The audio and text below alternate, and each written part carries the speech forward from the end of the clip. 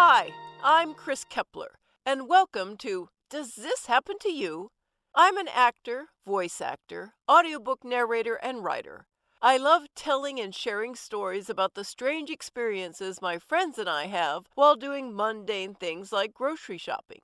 That's why this podcast features funny stories from fantastic writers about our daily anomalies, a micro audiobook about life and befuddlement just for you.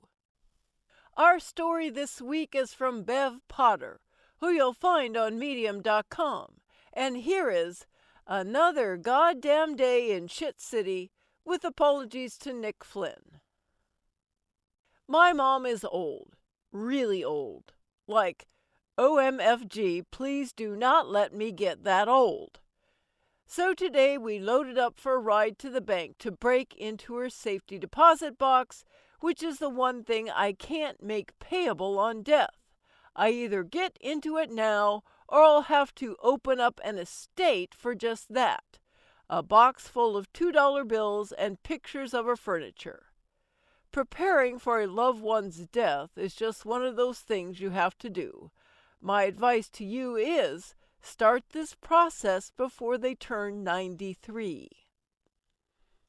80 is probably a good time to seriously get your ass in gear on this front. Of course, good luck breaking down their resistance, since we're all convinced we're going to live forever as the 18-year-old who still resides in our heads. Now, I've never seen a safety deposit box in real life because I own absolutely nothing of value.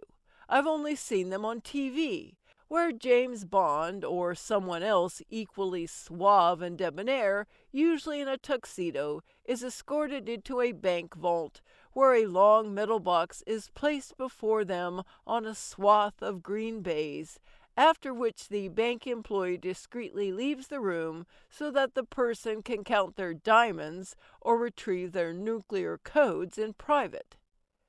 I didn't think about the fact that we would need a key. And no one fucking mentioned it when I was scheduling the appointment, thanks for nothing, Huntington Bank.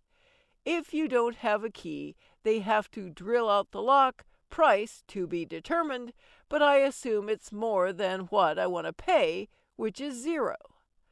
Thus started today's episode of Indiana Jones and the Quest for the Key to the Safety Deposit Box. After an hour of tearing the house apart, so much wrapping paper and empty cookie tins, I left my 93-year-old mother on the couch to further contemplate where she might have hidden one small key 40 years ago. I can't even find my car keys, which weigh 5 pounds and have more things dangling from them than a Mardi Gras parade float, so I had little to no hope that my mom would come through. My second task of the day was to find the most distant and thus least busy branch of the BMV that I could reasonably get to, i.e., in Amish country, so I could scope out the parking situation, since my mom needs to get a photo ID before her driver's license expires in 3 weeks, and she can barely walk and won't use a cane or a walker because my life isn't difficult enough.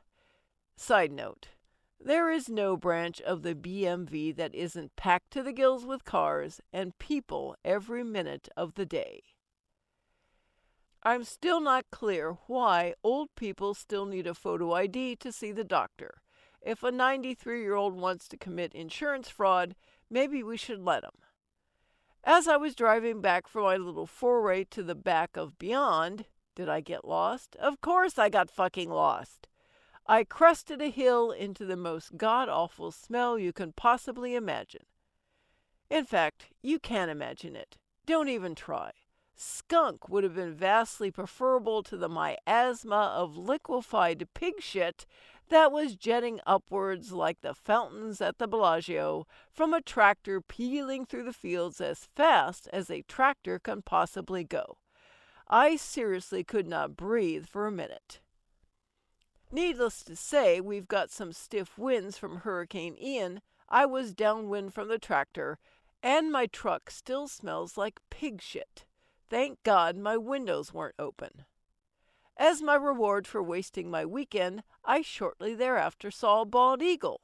He was sitting near the road in a field, possibly stunned by the stench. He was actually more brown than black, which I didn't know was an option. Maybe it was the light. Maybe he was covered in pig shit.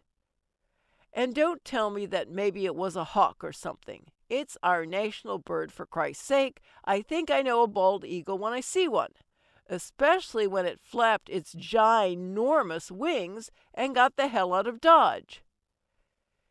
And by some miracle, my mom found the key. It was in the silverware drawer.